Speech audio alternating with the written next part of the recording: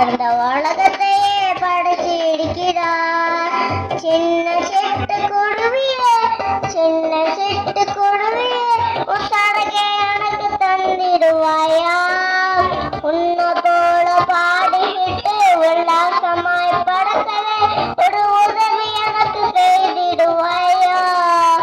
ஐயோ, இனிமே அப்படி கேட்காதே, அந்த ஆண்டவர் கேட்டா கோச்சுக்குவாரே.